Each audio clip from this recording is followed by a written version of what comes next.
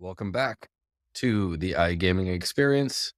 I'm your host, Sam Bhatti, and as usual, I'm coming to you from our beautiful studios here in Podgorica, Montenegro.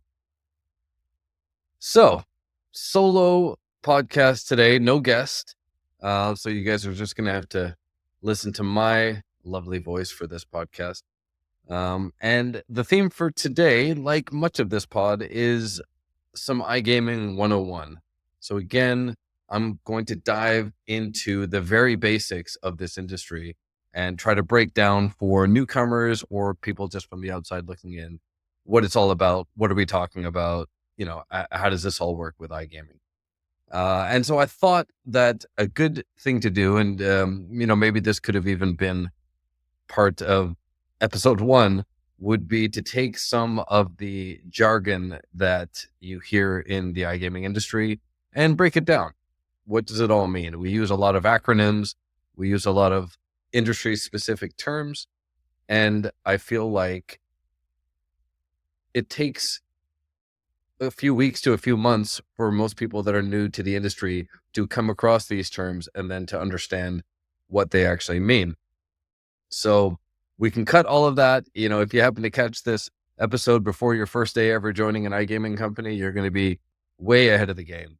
And in fact, I think I've told this story before on this podcast, but one of my first posts within the iGaming industry, I was, like most people, scrambling a little bit to figure out what it was that everyone was talking about. So I understood technology and development and marketing.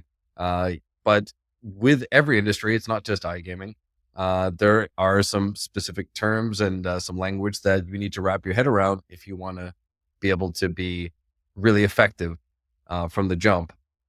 And I happen to have a wonderful colleague, Neil Gallagher. Shout out to Neil, amazing guy. And he took a little bit of pity on me, let's just say, or maybe he was just being friendly, but he took it upon himself to write out a document that he titled Sammy 101.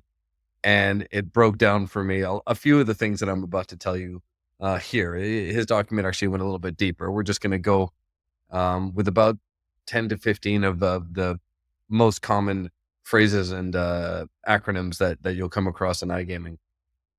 But in my case, I got a fairly detailed look at these types of terms, and really helped me to fit in early and understand what everyone was saying in meetings and be able to contribute from the jump. So with that being said, let's get into it. First term I'm going to use, which is the most common term I think you will hear if in an iGaming company, in most cases, I guess depending on the specific part of what service that company is offering. But for the most part, you're going to hear about something called GGR. GGR stands for gross gaming revenue, which is pretty simple. It's just the total revenue that is taken in minus the payouts. So player bets 100 and they win and they get paid back 20, then out of that bet, then the GGR there is going to be 80. All right, so fairly simple math there. And GGR is it's kind of a top line indicator for a platform's betting volume and market activity, just to give you a good overall snapshot of how things are going. It doesn't tell you your exact bottom line, which is I'm about to get to that in a second. But it's a very important number to wrap your head around. One of the reasons for that is not only because, as I said, it's a good indicator of how your platform is doing, but also in the iGaming industry, pretty much every platform has a lot of third-party integrations, and quite a few of those will operate on a revenue share basis, meaning that they will take a piece of your revenue as part of the agreement for you being able to use their service. And most of the time, I think in some cases not, but most of the times that I've come across, that revenue share percentage is calculated off of the GGR. So it's very important that you get this number right and that you're watching it and, getting a good feel for the type of activity that's happening on your platform. And, if there's any big fluctuations in GGR, then that's a clear indicator that you need to take a close look at what's happening, whether it's something seasonal or there's an event that came and went, or if there's an issue on your platform, then this is a strong indicator that something has happened. There's some type of movement. So that's GGR. Very closely related to GGR, but also very different is NGR. So NGR stands for net gaming revenue. Okay, GGR, gross gaming revenue, NGR, net gaming revenue. And all that means is that this is the revenue that's left after you've deducted bonuses, taxes, and other operational costs from the GGR, right? So just really quick recap is GGR is the total revenue generated from all player bets after subtracting the winnings that are paid out, right? NGR is the revenue left after deducting bonuses, taxes, other costs on top of what you've already done for GGR. So NGR gives you a much clearer picture of the actual income that your company is making and what the take home money is. So if you're, in the regular world, if you're talking about gross income and net income, it typically means the same thing. The only difference here is with iGaming, there's a couple of specific iGaming related deductions, such as bonuses, that would come out of this to calculate your NGR. But I would say as an operator, this is probably your most important number because this is your actual money that you get to keep and use that for what other purposes you have, either to pay yourself out or to pay your employees or to continue to run your business. That's the money that you actually have left over. So GGR, NGR. I think that's pretty clear. There's some other nuances to go over with that, but I think that'll pretty much give you at least a general idea. And if you're not sure, then do some Googling or some Chat GPT, and you'll get a little bit more robust of a response. All right, next one is an acronym that I've seen confuse people a couple of times, so I think it's good to break this one down as well. It's called RTP. Okay, and RTP stands for return to player. Okay, and this is basically the percentage of all the wagered money that a game is expected to return to the player over time. So that's an important point here. Is so this is basically when people say that casinos are all math and you're eventually going to get the money back. This is one of the things that they're talking about is the RTP.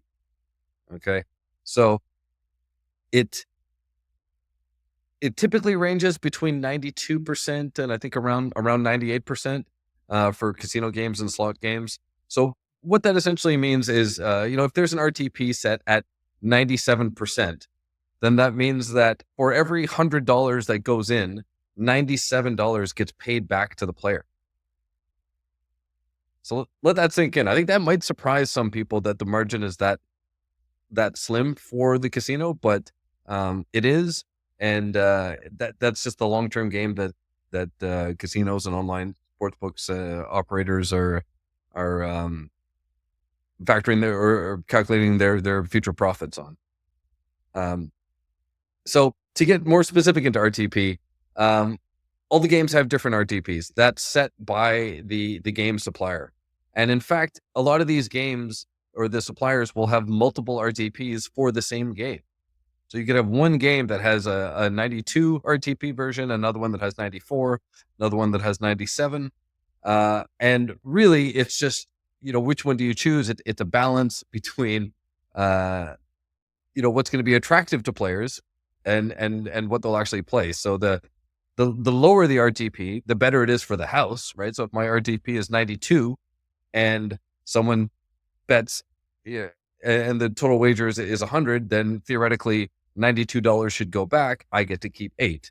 The higher the RTP, if my RTP is 97, then in that same scenario, I'm only keeping $3. So that needs to be factored in. However, more savvy players, I would say, beginner players or people who are just showing up to have a little bit of fun, maybe have no idea about RTP. But the more savvy players, the long-term players that are that are playing slot games and casino games are well aware of RTP, and they will check that and look for, in some cases, and not always, there's kind of a sweet spot, but in most cases, they're going to look for the highest RTP. Gives them the best chance of winning, and or even maybe better to say the best chance of losing less money. So they get to be there for a longer period of time. Now, I think an obvious question is, well, what is that time period, right? How long does it take to get the RTP back? And quite frankly, it varies. I don't know.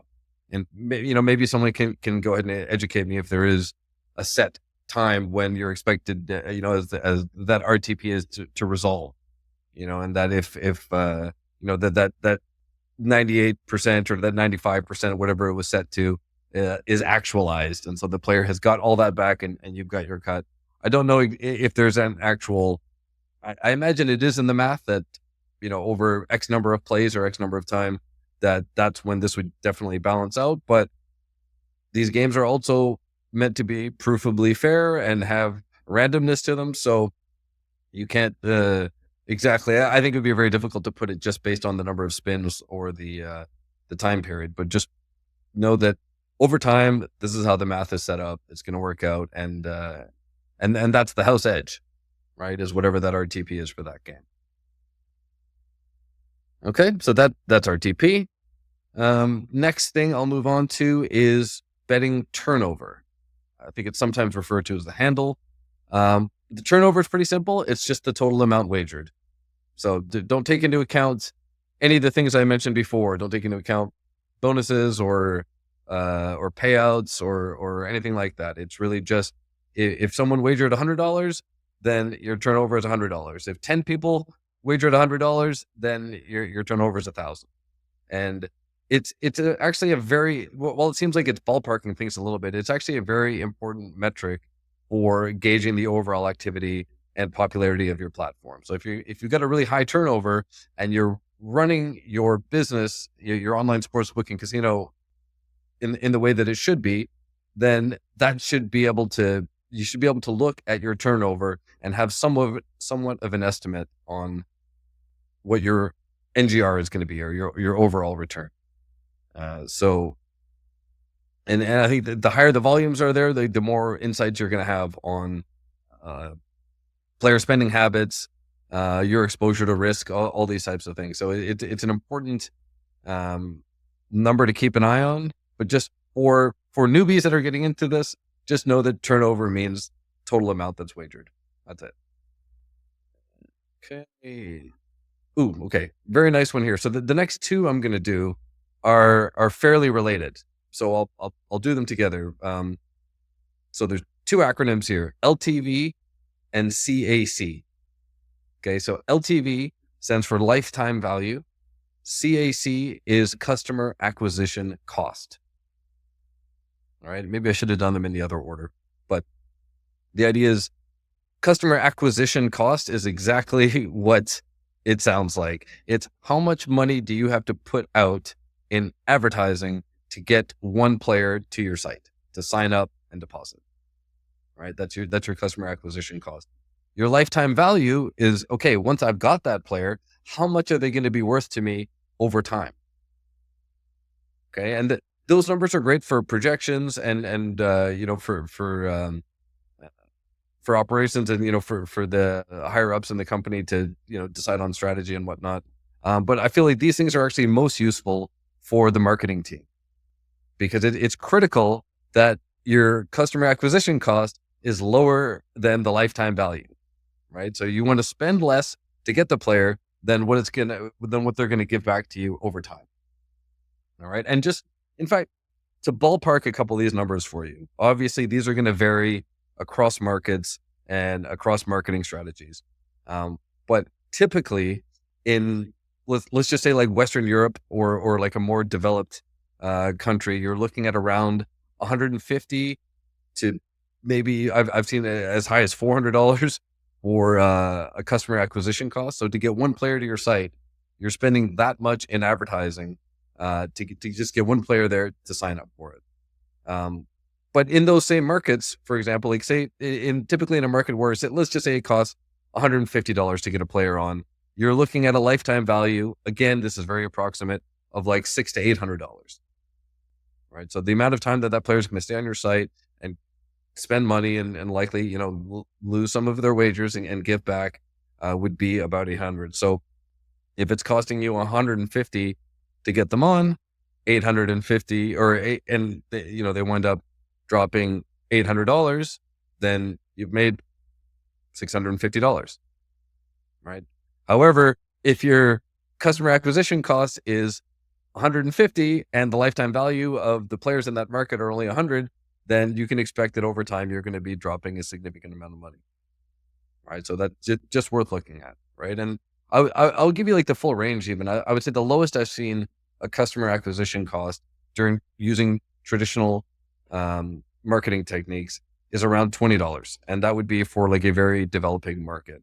But again, factor in that if you've got a really low customer acquisition cost, in most cases, that means that the lifetime value will also be fairly low. So if it's $20 to get one player, then they might be over time worth $80 or $100 to your business.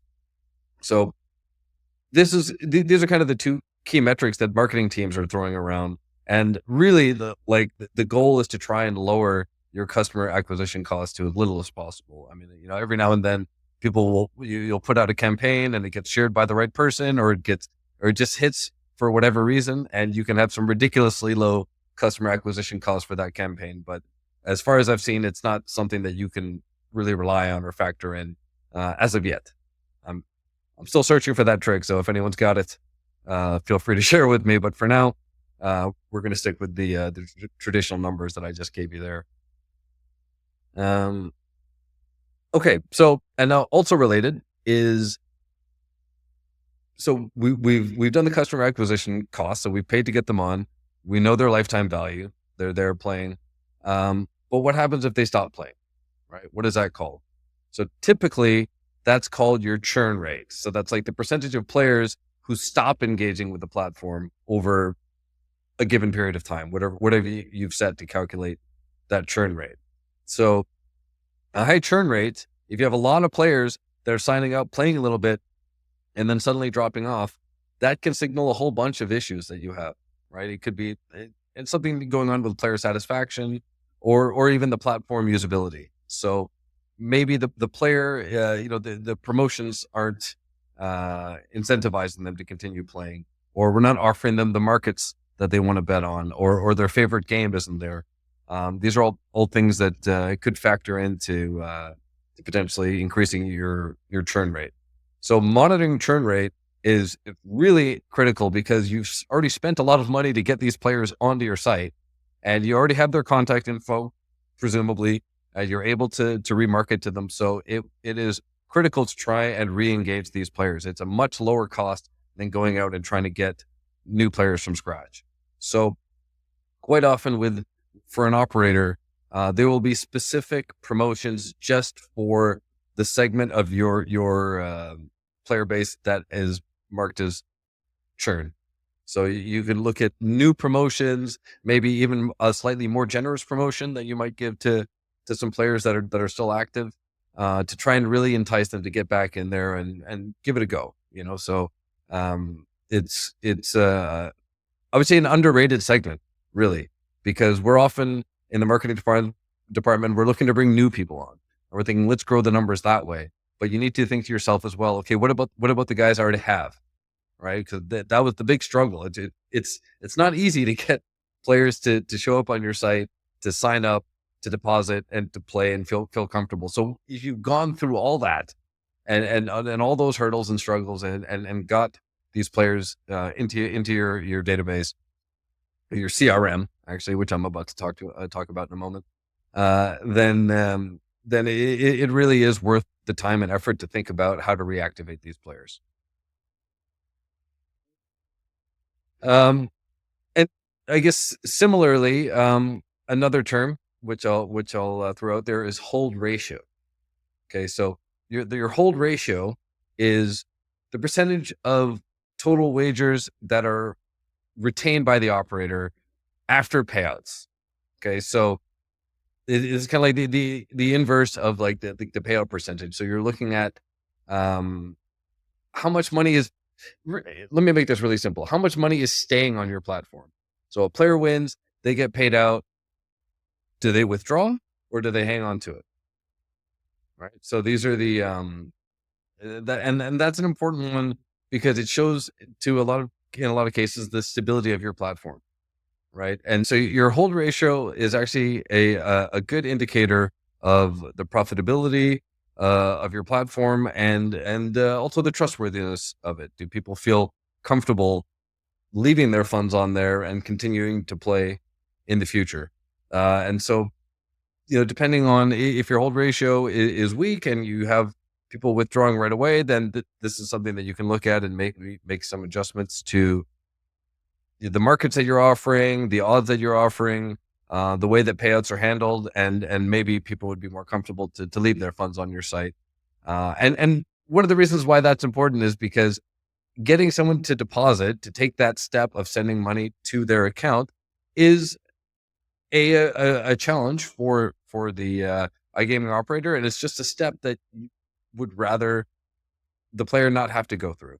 So if they're willing to leave their funds in the platform to continue to play in the future, much better than them withdrawing it, even if they're just holding that money in their bank account and then sending it back to the platform later on. As a platform, you would much prefer to have that money sitting on your side, and you would feel a little bit more confident in your platform that you've got a good offering. Okay, another expression. We're getting kind of close to the end here, but I've got 3 or 4 more.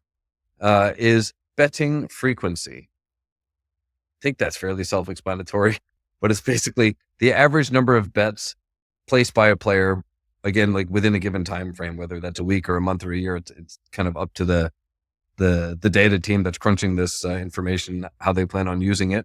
But really, it's really just calculating that number, and it's important for the platform or for the operators to be aware of it, because a high betting frequency indicates very strong player engagement, great satisfaction with the product that you're offering, with the markets that you're offering. So if there's a high bet frequency, long story short, you can imagine that, or you can expect that your product is pretty good.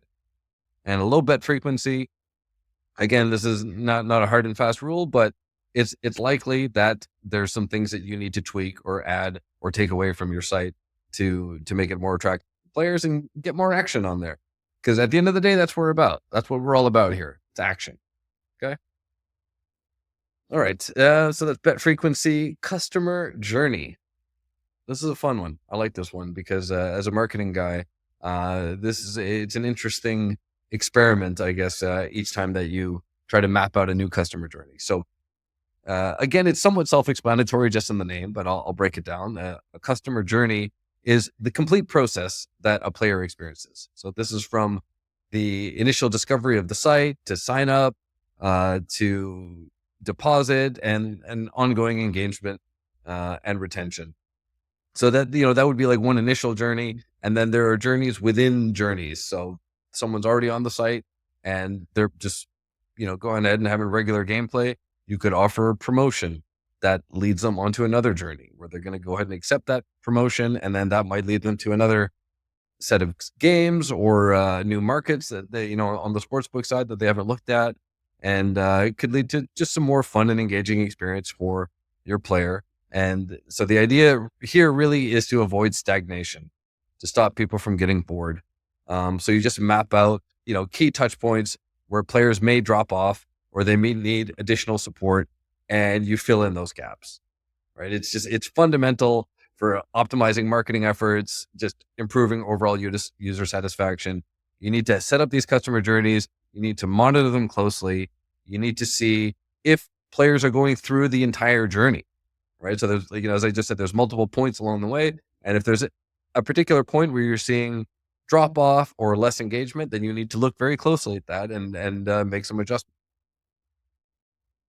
And it's a really fun part of marketing because it allows you to be very creative, right? You're still within the constraints of your platform, but it allows you to try new things. And because sometimes there's no cost to it even. You just put it out there. You just offer it, and whether someone wants to take the journey or not, it's up to them. So it's not necessarily a drain on you, but it could be a big benefit. So I highly recommend playing with customer journeys and trying to get creative with them and see if there's a new route that you can take people down that maybe they haven't been before. And that is actually tied in to the next thing that I'm going to talk about partially. So I want to talk about two things, the CRM and the CMS. Now, I know I've mentioned this in a previous episode, but maybe it's just because for me, I got confused by this, or at least it took me a little while in my head to have these mapped out properly. So I'm just going to do it for you that are listening. A CRM is a customer relationship manager or customer relationship management. Some people, depending how you want to end that one. A CMS is a content management system. Okay, so two totally different things with similar sounding acronyms. All right, so your customer relationship management tool, your CRM, is basically systems, strategies that are focused on marketing, analyzing, and improving your interactions with your current players and potential future players. Right, so and to make that really simple, it's just a database of your players and all the information about them. So, when did they sign up? When did they deposit? How much have they deposited? How many bets have they made? Which markets are they betting on? When was the last time they logged in? Have they done their KYC? All these types of things will be in your CRM. And significantly, when it comes to the marketing side of things, the CRM is also where you do the segmentation. So earlier I was talking about the churn group. So when you want to market to a group of players that fall into the churn section, they all need to be segmented somehow within the CRM so that you can not have to target them one by one, that you can take one action that would go out to all of them. And sometimes you want to have an active section. You want to have a VIP segment. You want to have a drop-off segment, whatever it is. Like there's some standard names, but at the end of the day, it's really up to the operator to decide how they want to segment their player base. But just know that all of that is managed within the CRM, right? And so these tools, they help you in, like I said, segmenting players and just tailoring personalized promotions that'll boost retention, that'll keep your players engaged. And really, like, it's, in fact, I probably should mention this, that there is a specific role within iGaming, which is just a CRM manager, which is maybe one of the most underrated positions in the whole industry, because the person that's most intimately aware of your CRM and the contents within it, they know your player base better than anyone. They're the ones that understand what these players are looking for, what events or what options have triggered activity or killed activity. So, and in every operator, there is at least one person dedicated to the CRM, if not a team. So absolutely critical. And I can't stress it anymore. Like, that handling your CRM properly is the difference between success and failure, right? Assuming that your technology works, right? Your platform is, works as planned. It doesn't really get much more critical than that. Come on in, sir. Don't worry, I'll edit you out if I feel like it. Let's see, we got Pavle, got the supplies. Atta boy. Thank you, sir.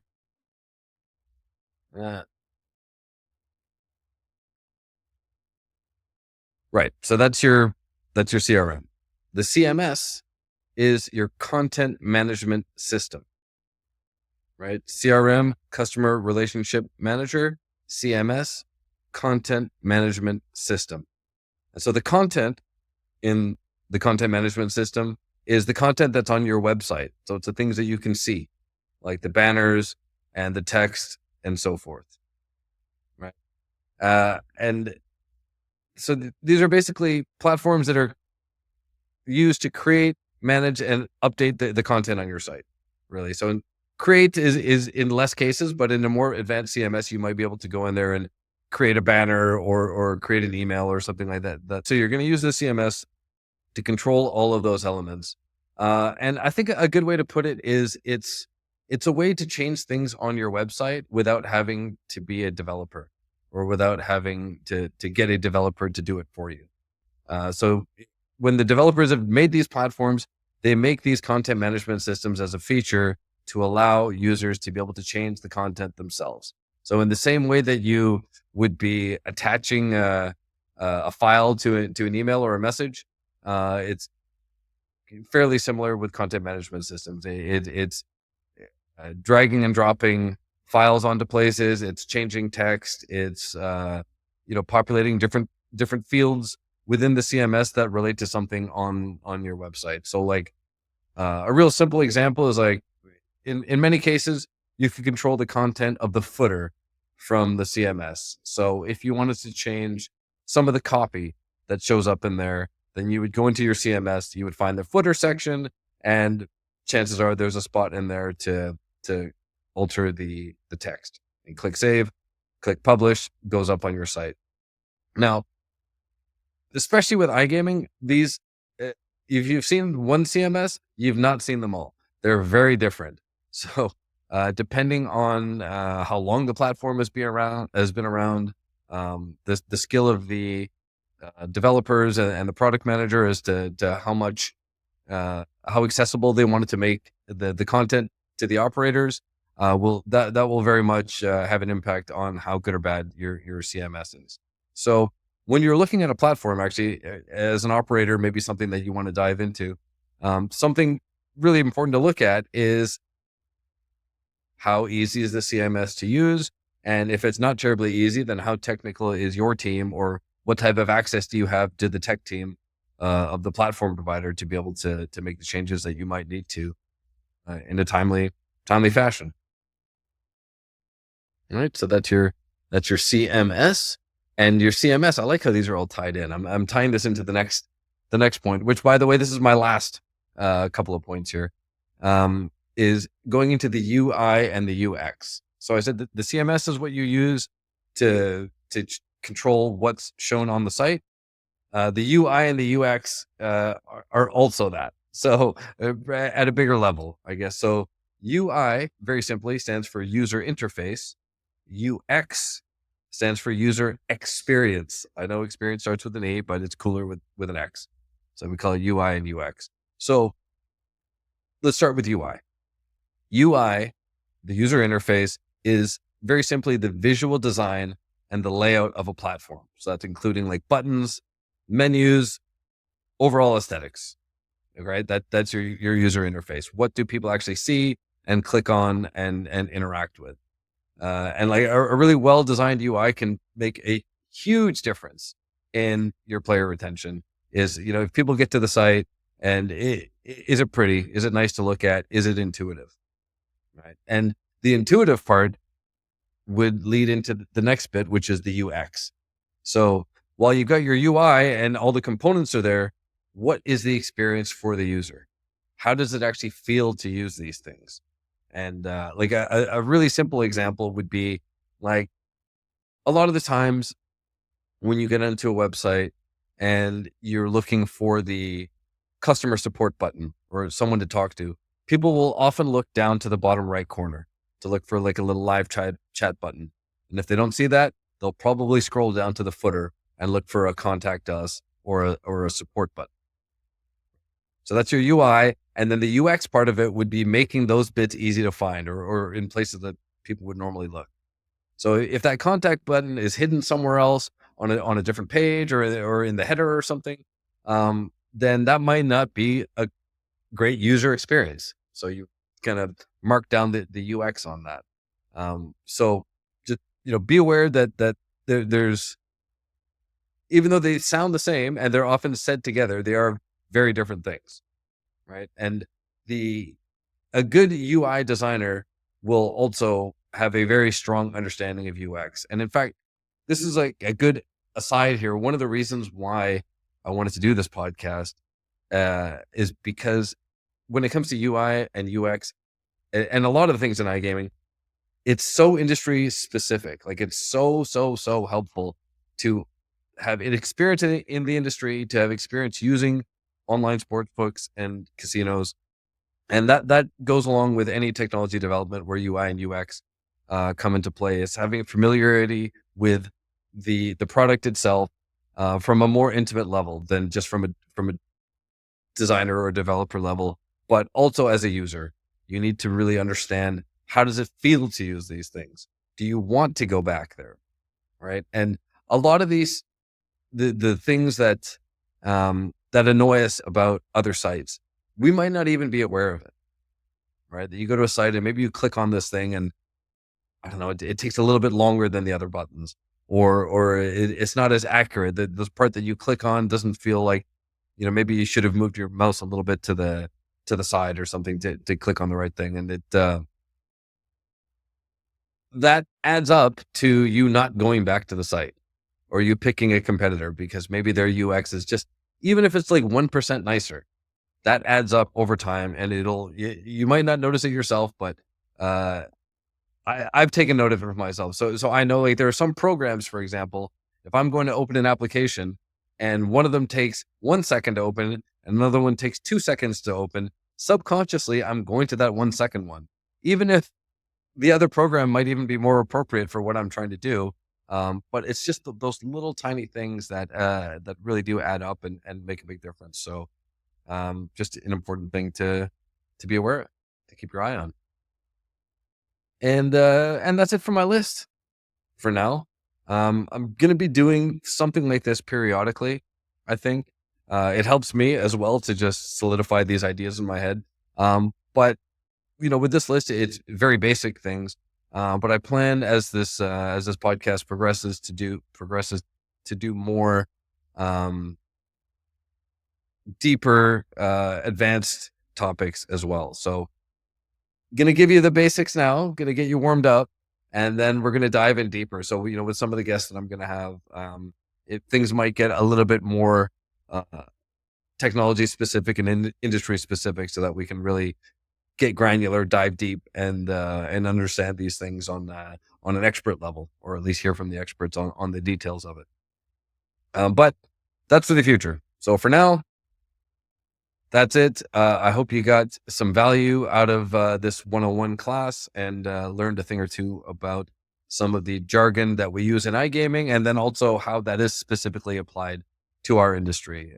Because, as I said, some of these terms are not exclusive to iGaming, but they do have a fairly unique application within our industry. So, um, brought you up to speed.